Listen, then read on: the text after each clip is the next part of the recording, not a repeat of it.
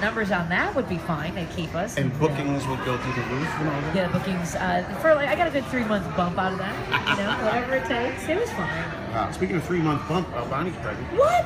Yeah. Bonnie? Yeah, nobody knows. They just think I'm fat. Yesterday, nobody says anything. They said, somebody asked me yesterday, you can have kids. And I go, well, I'm pregnant. She goes, you are? And I'm like, yeah. You need to wear clothing that like sort of doesn't, because I didn't know one until I was about 6 months. That's where I putting am. on weight.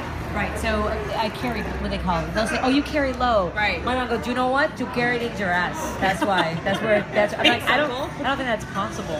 So you got 2 boys. Yes. And you had to get them Blackhawk shirts. Yeah, today we went and bought the championship 2015 Blackhawk shirts, so they're ready to go tomorrow. I don't have one yet. Dicks. Tomorrow. Yeah, Of course, they're this dicks. podcast comes out on Thursday, so the big rally will be on Thursday. Today, If you you're told me, listening I should today. grab one for you. I feel terrible. I would have got one for the whole family. I think, actually, I had a Facebook/listener/someone Yes. say they were coming by here with some shirts today. So Oh, well. their guess we get time hungry. is ticking here. Tick-tock, tick-tock. All right. Who do you like to watch, comedian-wise? Or who would you like to be billed Well, with? I am blessed to have worked with some of my favorite comedians, and one of whom is Louis Blanc. Yeah. Not only one of the greatest comedians alive, but one of the most genuinely nice people on the planet. I can make him giggle. That was when I knew that I was okay in comedy. I made Louis Black giggle about 15 years ago when I first started. And I thought, oh, I just made Louis Black giggle. How is that even possible in my world? Yeah, he's incredibly nice. I don't know. I don't. Louis C.K. I've worked with, great comic. A little dark for me, but he'll say anything. Oh, he got some shit for that Saturday Night Live thing. What did you think about that? We haven't had a chance to talk about this. I thought. And it was where I thought it was right on. He was comparing pedophilia to eating Mounds candy bars. Yeah, he said. Not that part. You're not saying that's right on. No, but he said.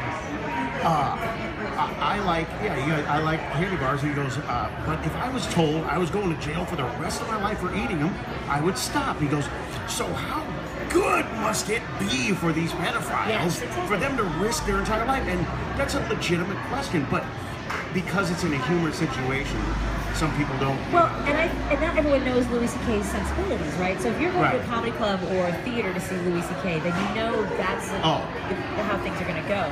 But I think for a broader audience, I think people were surprised that he wouldn't kind of tone it down.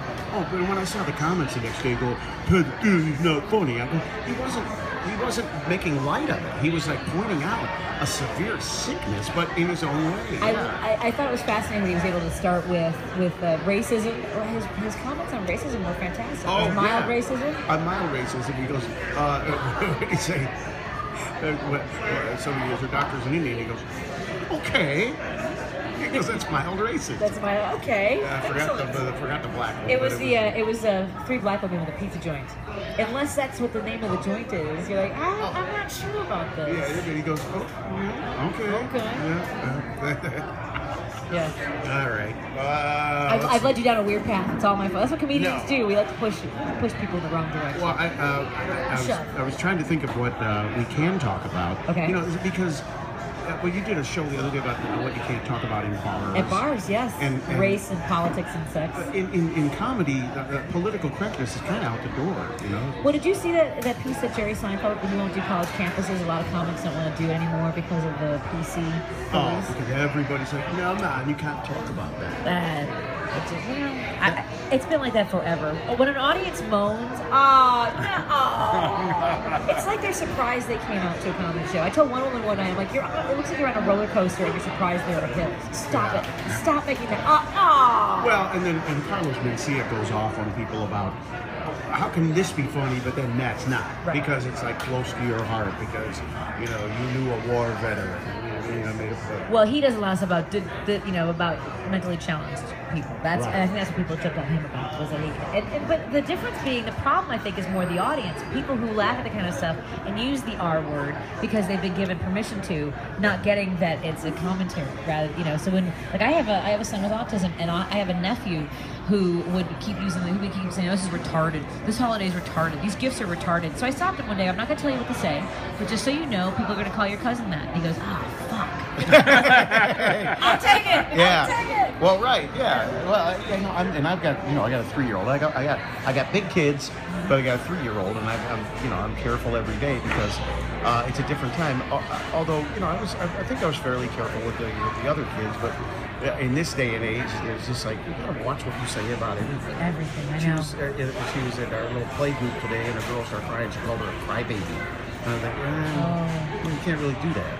Oh, but she's so honest. Amethyst is incredibly honest. What's that? Your Oh, yeah, daughter's very honest. she's a little too much. She calls it the way she sees it. She may be getting us in trouble.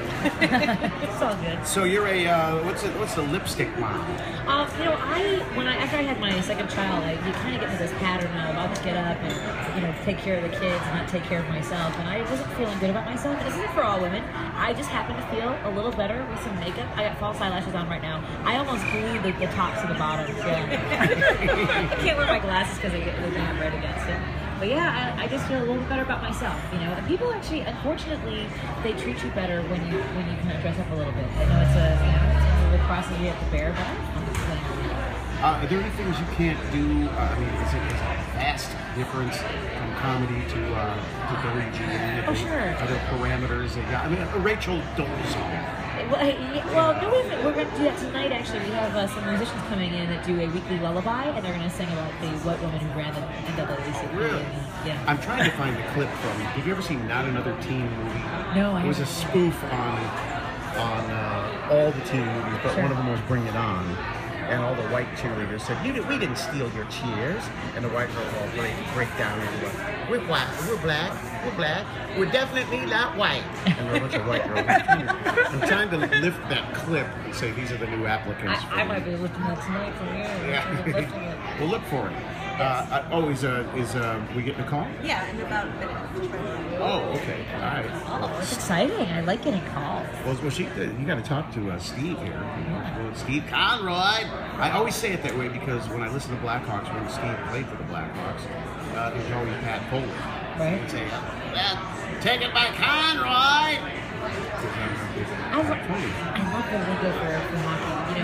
The 5-hole, because I protect the 5-hole all the time. Every morning when I wake up, I'm like, nope, not for you. I'm protecting the 5-hole. All